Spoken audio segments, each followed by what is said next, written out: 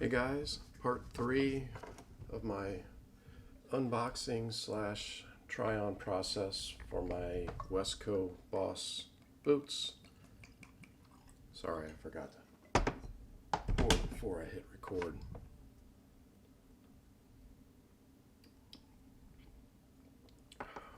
Barrel pick that I did recently. Nulu for any other bourbon drinkers out there. Nulu toasted. Great guys. All right. Wesco boots. Yeah, I got my new favorite beanie hat here. Put it on to be geeky. But Wesco beanie they sent me last time. So we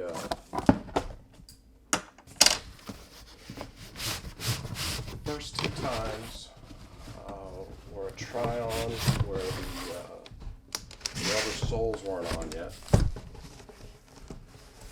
So it was just a piece of leather on the bottom so that I could try them on, make sure they fit right.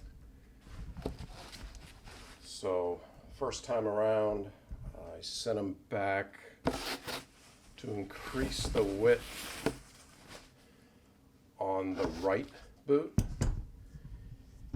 and to bump the toe box up on both of them to give me more toe room. So when I opened those up and tried them on last time, I mean, they were just, I didn't even spend any time talking to them. I was just like, yeah, Chris, they're perfect. So they're back and they're done. Thought I'd do a little unboxing video on them. I chose unfinished to show off the wood, the leather. Unfinished there, double row stitching, of course. Did white X soles, which I believe is the very first time Wesco has done that. I think Chris ordered those just for me. They're the same hardness of the honey brown vibram soles, but they're black. So they're softer. They're probably going to wear faster, which isn't going to be much of a problem for me. But they're a little bit softer and they don't get as hard and when it gets cold, so they're less slippery, less of a chance to slip.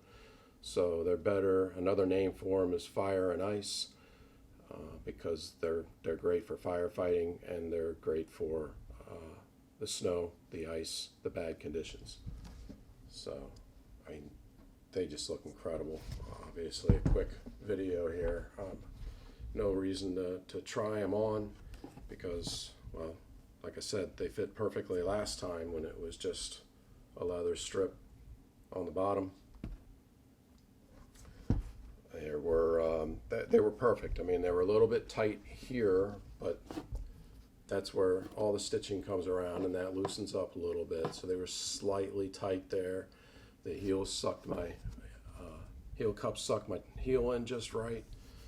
My toes had plenty of room to move, but yet still felt tight and snug and held in place.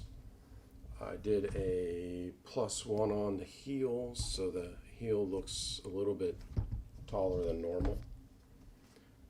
The left is a half a size smaller and the right is a half a width wider. So 9.5 double E and 9 triple E.